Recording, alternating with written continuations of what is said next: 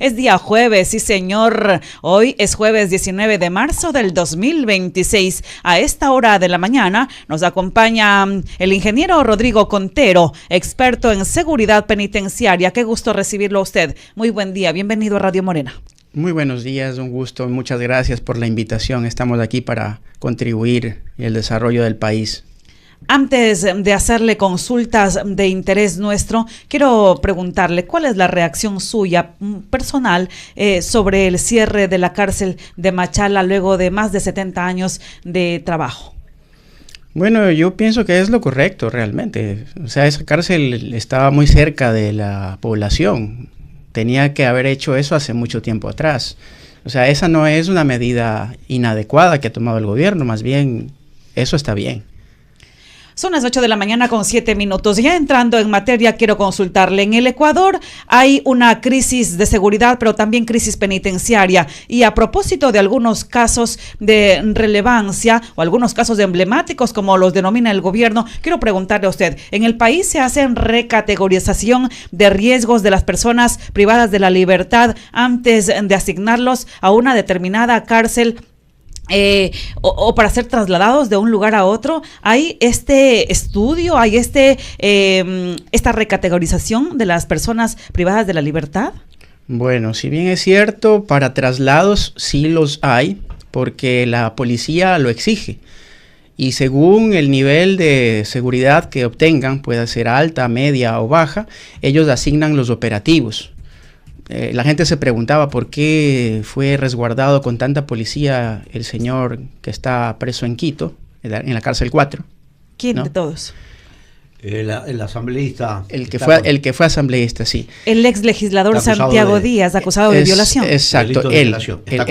Entonces, la respuesta es porque en la categorización que le hicieron, determinaron que es, digamos, un nivel de alta seguridad, y por eso implementaron un operativo para que el Estado pueda salvaguardar la vida de la persona privada de libertad. ¿Pero quién lo determina? ¿Cómo es ese estudio? Y quiero preguntarle porque me gustaría saber cuáles son los indicadores para ese estudio. Es decir, si son políticos, si son técnicos o de qué tipo. En el caso de los traslados, ya sea para una atención médica o para un tema judicial, sí hay la recategorización, pero a nivel general se puede decir que no lo hay. Y es fácil de comprobar. Los abogados defensores pueden pedir de la carpeta de cada uno de sus clientes que le enseñen, le muestren el informe de categoría de su defendido y no lo va a ver. En Estados Unidos, yo tuve la oportunidad de estar en un curso en las cárceles de Colorado, en Estados Unidos, una capacitación en cárceles de alto riesgo. Se demoran 21 días en categorizar a cada persona de manera individual. Es un equipo multidisciplinario, psicológico, psiquiátrico, el pasado judicial, el nivel de amenaza, la disciplina, ¿no? El comportamiento, si ha presentado indicios de evasión o fuga, si ha colaborado, su estado judicial, si está, digamos, en un proceso inicial o ya ha sido sentenciado. El estatus de su causa. Todo eso, pero bueno, en el Ecuador eso no ocurre, porque si ocurriera, entonces la persona que le determinan con una mínima seguridad fuera a cárceles de mínima seguridad. O si fuese media, igual a cárceles exclusivas de media seguridad. Y si es de máxima, fuera a exclusivas de máxima seguridad. Pero no se está cumpliendo eso. Miren el caso del señor Aquiles Álvarez. Hay una de las preguntas que se hace, ¿es parte de un grupo de delincuencia organizada?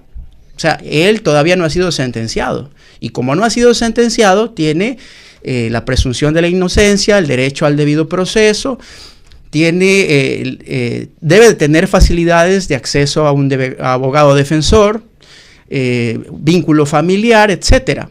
Porque todavía no ha sido sentenciado. Por eso mismo se establecieron cárceles provisionales, ¿ya?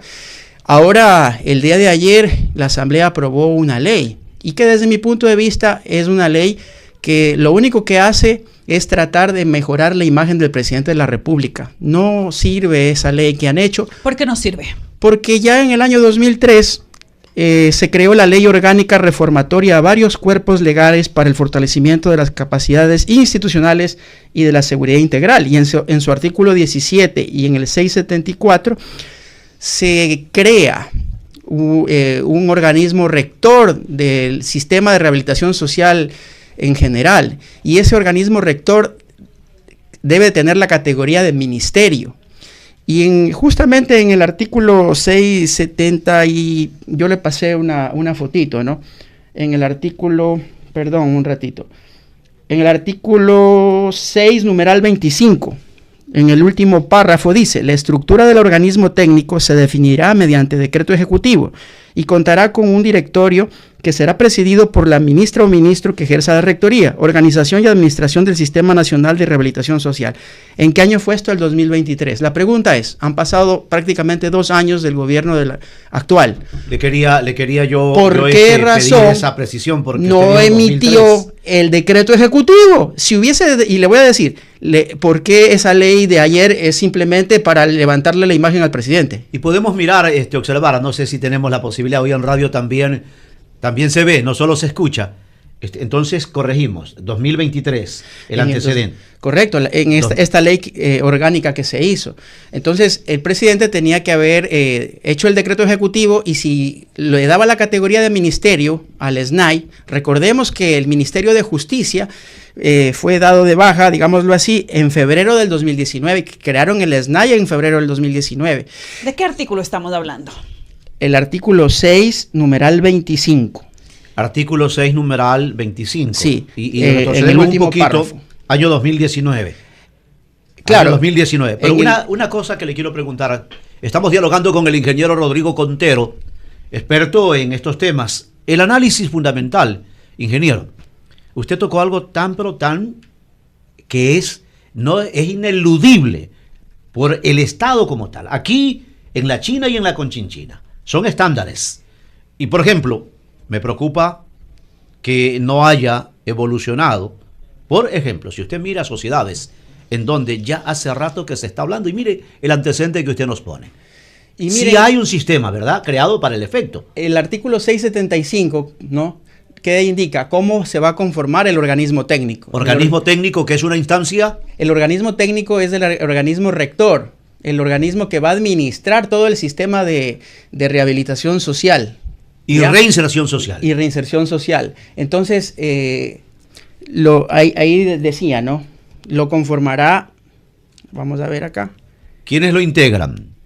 8:14. El ministro rector de la Política Criminal y Derechos Humanos, el ministro rector de la Política de Salud Pública, el ministro rector de la Política de Relaciones Laborales, el ministro rector de la Política de Educación, el MIES, el Ministerio de Inclusión Económica y Social, el Ministerio de Cultura, el Ministerio de Deporte, el Ministerio de Seguridad, su delegado, un profesional experto en rehabilitación social, otro profesional experto en tratamiento de adolescentes infractores, y otro de gestión y seguridad penitenciaria. Si esto ya estaba escrito en el año 2023, ¿por qué el presidente de la República no emitió el decreto ejecutivo? ¿Qué hubiese pasado si lo hacía? Apenas llegaba, porque la gente sabía, las autoridades conocían. En ese momento le permitían al nuevo ministerio que presente el estatuto orgánico funcional por procesos al Ministerio de Trabajo. Con eso se generaba una catalogación, homologación salarial, que es una de las causas de la contaminación. Los salarios son súper bajos. Un director gana $2,000 y el de mayor peligrosidad $2,400. Un funcionario gana entre 700 y 800 o hasta $900. Los sueldos son muy bajos para el nivel de peligrosidad que tienen las cárceles. Entonces, como no generó el decreto ejecutivo, no hubo una desconcentración, porque todas las compras públicas se concentran en Planta Central Quito. ¿Ya? Entonces, la gente no puede adquirir. Miren, el año 2025 apenas ha tenido un 34% de ejecución presupuestaria el SNAI. Entonces, estamos hablando de que los recursos públicos, ni siquiera lo asignado, lo pueden ejecutar para la mejora de la infraestructura carcelaria. Y esto es algo lastimosamente premeditado. Porque ahora, como yo les decía, el 2019 que se eliminó el Ministerio de Justicia y se creó el SNAI, se lo sacó pues al SNAI del Consejo de Seguridad Pública y del Consejo Nacional de Política Criminal. ¿Qué significa? que no era parte durante 4 años, hasta que el 2023 crearon esta ley. Pero ¿qué resulta? Que como ayer crean una nueva ley, han pasado 7 años que no sabemos pues si el SNAI es parte o no es parte de estos consejos. Y si es parte, no lo hace en calidad de ministerio. A ver, yo tengo otra preocupación. Lo uno tiene que ver con derechos humanos. Cuidado, hermanos, en el país. Estos estándares a los que hago referencia, para poder llamarnos sistema, como usted refrescamos, volvemos 675, parece que el artículo que vimos. Sí, sí. Lo dice muy claramente. Y miren la siguiente fase. Hoy en día se conoce y se sabe que el SNAI puede, ¿cómo es que no tiene capacidad para lo uno? Y si tiene para algo que voy a señalar una vez más, si me han escuchado aquí, por favor la pregunta de quién os habla, Roberto Figueroa Cedeño. ¿Cómo se está criminalizando y herramientas tan elementales que solo le atañe exclusiva responsabilidad del administrador de justicia que dispone y sus fallos son de acatamiento general obligatorio? Si yo juez dispongo que va allá, ¿por qué el SNAI tiene la capacidad? Y usted dijo, cuidado que es prisión preventiva, usted dijo una herramienta jurídica sobreviniente que siempre está en discusión, trae consigo, pero el pronunciamiento, el por qué refresco esto, para que la conciencia ciudadana también saque conclusiones. Miren, el ministro Reinberg cometió un error terrible. Veo. ¿Qué dijo él? Analizo. Él dijo que lo llevan a Aquiles Álvarez al encuentro porque tienen que precautelar su seguridad. Está diciendo que en el único lugar que tiene control el Estado es en el encuentro, pues. Y no se supone que según el decreto ejecutivo de Noboa, el 111 del 9 de enero del 2024, todas las cárceles pasaron a ser parte de zonas de seguridad. Y una zona de seguridad, asimismo, bajo la misma ley que mencioné del 2023, administran las cárceles las Fuerzas Armadas, ¿no? Y se creó el bloque de seguridad, en donde participa Policía Nacional y donde participa, digamos, que el SNAI también. Pero el bloque de seguridad es incompleto porque el Consejo de Seguridad Pública, en donde hace un momento también mencioné todos los ministerios que deberían ser parte, no han sesionado. ¿O cuántas veces se ha reunido el MIES o el Ministerio de Trabajo para que el SECAP genere capacitaciones? Recién ahora, que antes de que creen la ley de ayer, hace unos meses atrás firmaron un convenio para adolescentes infractores. Vea que usted lo mencionó hace un rato y yo refresco. ¿No será que allí en la cárcel del encuentro, y no nos dicen o no sabemos, hay el centro de detención provisional? No, yo creo que estas son malas decisiones, realmente. Inclusive la técnica carcelaria nos dice que las cárceles de máxima seguridad tienen que ser una persona en una sola celda, por su nivel de peligrosidad. Si hay 2 personas, puede al día siguiente que ya una de ellas no amanezca viva. Acá lo que hemos visto en la prensa es que dicen que hay 4 personas en cada celda, en una de máxima seguridad, donde deben de tener 22 horas de encierro y 2 horas de patio. ¿Se están cumpliendo las 2 horas de patio? No sabemos. O sea, puede mancillarse. Pero la se ha certeza dicho jurídica. que no se cumple, al menos en la cárcel del encuentro. Es más, que no se les permite ver siquiera la luz del día para nada. Es que están violando derechos internacionales humanitarios. Miren, cuando hay una guerra, la forma más fácil de entender esto, cuando hay una guerra y un militar es prisionero de guerra, el Estado que lo captura tiene la obligación, según el Convenio de Ginebra y otros más, de precautelar la vida de él, de darle de comer, de darle salud. Es el mismo caso para las personas privadas de libertad. Por eso son vulnerables, porque no tienen la posibilidad de ellos cuidarse o de ellos pagarse la salud o de trabajar para alimentarse. No lo pueden hacer. Entonces, como son vulnerables, entonces obviamente el Estado es el responsable. Y por supuesto que lo será, y lo ha sido y lo será. Por eso es mi preocupación y le insisto. Se está mancillando la seguridad jurídica.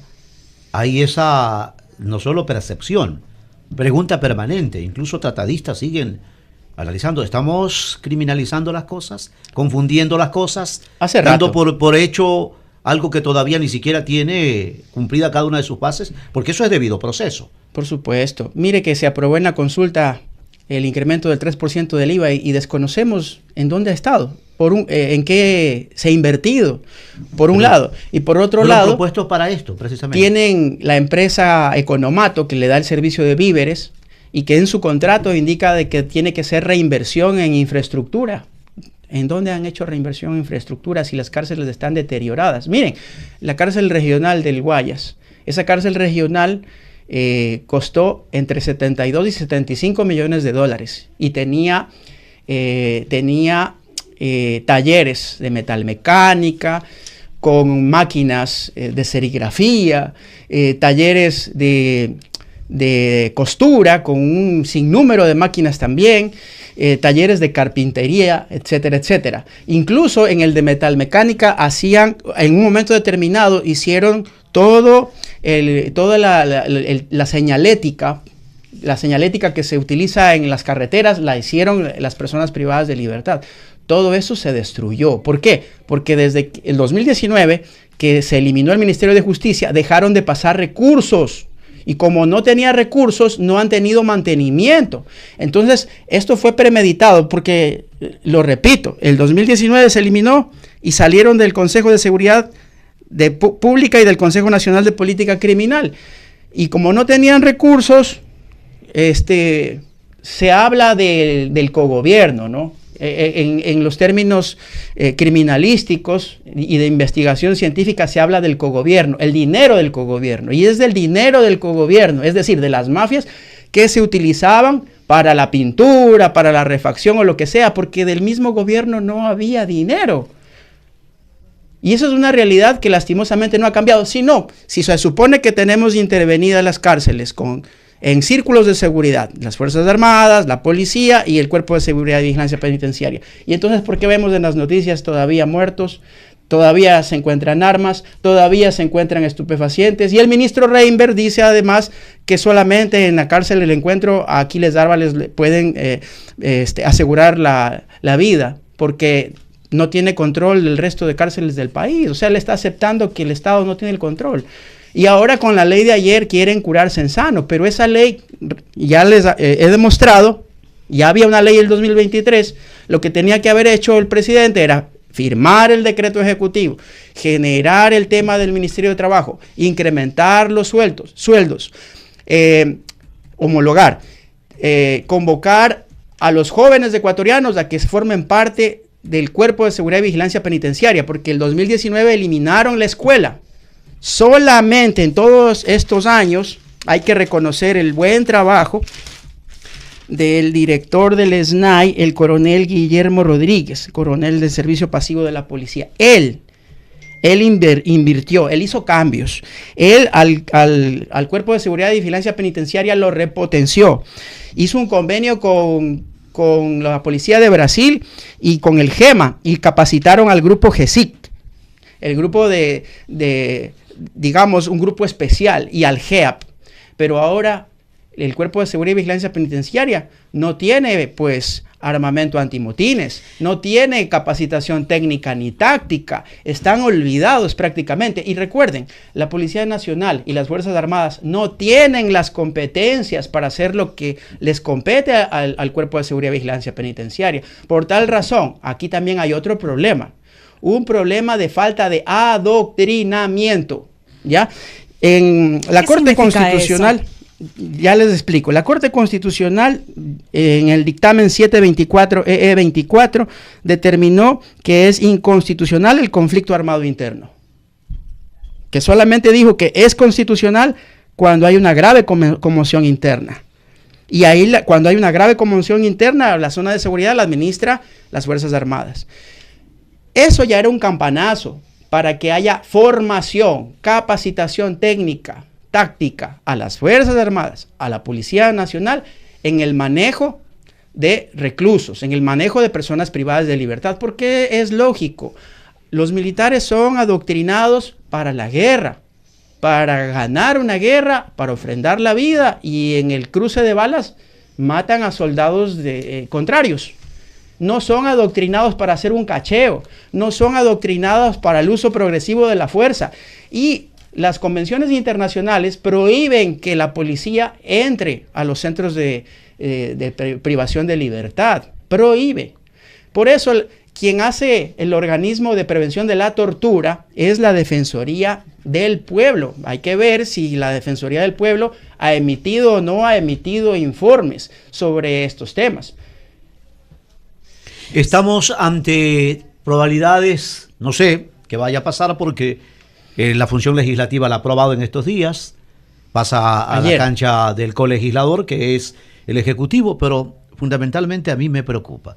Ayer, hoy, y hemos, con usted se pudo, he también hecho uno que otro aspecto de revisión de lo de las anteriores normas, porque hay que decir con claridad, este proyecto de reforma no es nada nuevo, que aquí tratan muchos de querer plantar, alojar en la conciencia ciudadana, que es algo nuevo. No, son reformas y por supuesto lo que me preocupa es que se ataque la falta de infraestructura y no haya los recursos, porque luego de que el ejecute es favorable del colegislador, vamos a ver con qué, pues.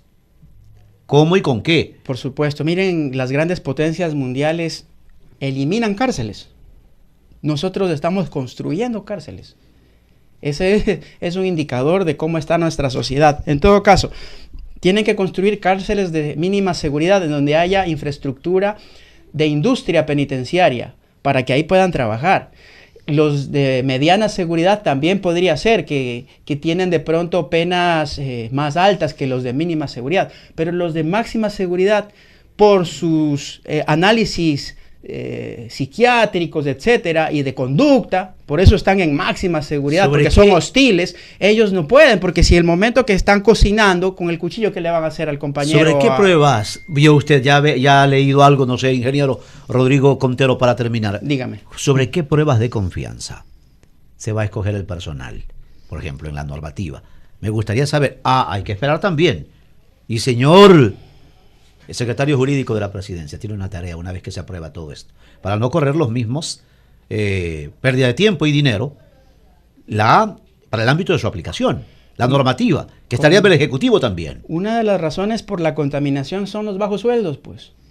¿Por qué no homologa el tema salarial a todo el personal? Eso es lo que tenían que haber hecho, pues. Policías y militares parece que vi en servicio pasivo. ¿Y quién garantiza que ellos son éticos? Y aparte, ¿quién garantiza que ellos conozcan de doctrina de gestión penitenciaria? Ellos no conocen. ¿Las pruebas de confianza bajo qué esquema se van a implementar? No solamente pruebas de confianza, porque también se ha escuchado que se ingieren unas píldoras o algo y con eso se puede, digamos, sobrepasar al polígrafo. Capacitación técnica y táctica.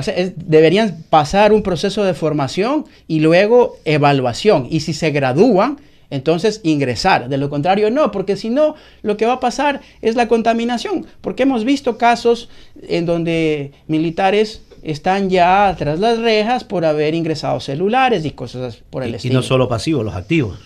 Los activos. Pero miren, digamos que de todas maneras, en ese tipo de controles, los ingresos son mínimos, ¿no? ¿Por dónde ingresan mayormente las cosas? Por donde ingresan los alimentos, pues. Por donde ingresan los alimentos que llegan en camiones en altas. Entonces ahí deberían tener escáneres gigantes. No hay. ¿Por qué no invierten en escáneres Me ha dado grandes? Mucho gusto, ingeniero Rodrigo Contero, que usted haya refrescado. Se llama responsabilidad social. A los que ganan contratos, hacerles un monitoreo. ¿Cuántos han cumplido? Porque los contratos no se los firma en la calle, en la avenida, se los hace en el orden público y tienen que ser cumplidos a cabalidad. Mire, la empresa de alimentación anterior, la acusaron de diferentes cosas.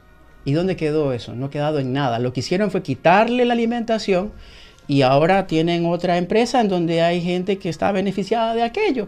Y de pronto habría que verificar si la calidad de alimento es igual, por lo menos igual que la anterior. Pero tiene que seguir bajo el mismo monitoreo, porque es un contrato donde está de promedio recursos públicos. La pregunta es, ¿cuánta fiscalización ha habido al respecto? De la Contraloría General del Estado, de la Asamblea Nacional, de todos los organismos de control. De nuestro Procurador General de la Nación. De la Defensoría del Pueblo por los temas de tortura. Caramba, la tutela de los derechos humanos, ¿quién la tiene? Defensoría. Nadie está exento de caer en algún momento detenido. Dicen que la cárcel es una pequeña muestra de lo que es la sociedad. Es decir, entramos a una cárcel, como decía Mandela. Mandela estuvo 27 años preso. Salió y se convirtió en presidente, ¿no? Y gracias a su perdón y a sus recomendaciones de mejor administración de las cárceles, la Organización de Naciones Unidas adoptó las reglas de Mandela como una práctica de calidad, de mucha calidad para administrar las cárceles en el mundo. Yo le doy también siempre oído, y con esto cerramos, hermanos, este diálogo, agradeciéndole al ingeniero Rodrigo Contero. Dice la propuesta oficial, norma que ha sido, esta reforma, aprobada con 84 votos, que busca, ingeniero, esto no es suyo, ni tampoco mío, es la propuesta, busca pasar de la cárcel como centro de operaciones a un sistema de producción, pero vamos a ver cómo logra estos retos y desafíos, como dije hace un rato, la política o el político, la oposición política, y lo fundamental, los retos presupuestarios. Mire, le voy a poner otro ejemplo. Es potestad de la Presidencia de la República crear empresas públicas. ¿Por qué no creó una empresa mixta con capital mitad estatal y mitad privado? Y en esa empresa, le voy a poner un ejemplo de elaboración de chocolate para la exportación. Ya. Llegaban los insumos, las personas privadas de libertad de mínima seguridad estaban en esa producción y se mandaba para allá. Ojo, eso es rehabilitación, pero reinserción social. La siguiente fase. Reinserción social y es de afuera. ¿Qué han hecho en el tema de reinserción social? Nada. Si hubiesen hecho este tema, este ejemplo de la empresa, de la creación de esta empresa, sin necesidad de la ley de ayer, ¿ya? Generaban puestos de trabajo para cuando la persona privada de libertad cumplía su condena, salía a la misma empresa a laborar en la parte exterior. Entonces ahí sí, el MIES, el Ministerio de Inclusión Económica y Social, con sus trabajadoras sociales, hacían una verificación de que la persona privada, la persona que estaba ya en reinserción social, ex PPL, y su familia, su entorno familiar, realmente ya estaba cometiendo actos lícitos y ganándose el pan de cada día de manera honrada. Pero este ejemplo no deja de ser una ilusión porque la realidad es otra, la que tenemos. Entonces ahora nos dicen que sí, que lo van a hacer. Pero recordemos, o sea, ¿cuál fue la principal estrella de la campaña del presidente Noboa? La construcción de una barcaza, de una cárcel barcaza. ¿Dónde está la cárcel barcaza? Son las 8 de la mañana con 34 minutos. Es la misma pregunta que nos hacemos todos los que estuvimos sentados frente al televisor viendo el debate presidencial. Gracias por venir a Radio Morena, ingeniero Rodrigo Contero, especialista en temas de seguridad penitenciaria. Muchísimas gracias. Démosle otra oportunidad, ¿no? Yo creo que la ley del 2023... Tiene 3 años más de oportunidad. Dice que tiene que generar un decreto ejecutivo que lo haga, que le eleve al SNAI como ministerio, para que el SNAI mande el reglamento al Ministerio de Trabajo, haya una homologación salarial, hay una reestructura por procesos y hay una desconcentración administrativa y financiera, para que no solamente dependan de una caja chica mensual de apenas 100, 150 dólares, que no les alcanza pues para reparar ni siquiera una luminaria. Esa es la realidad, y que toda la compra pública está concentrada en Quito y por tal razón no tienen una ejecución presupuestaria que sobrepase el 34% en el año 2025. Un gusto dialogar con usted. 8 de la mañana con 35 minutos. Escuchó al ingeniero Rodrigo Contero, experto en seguridad penitenciaria. Gracias por venir a Radio Morena. Muchas gracias. Un abrazo.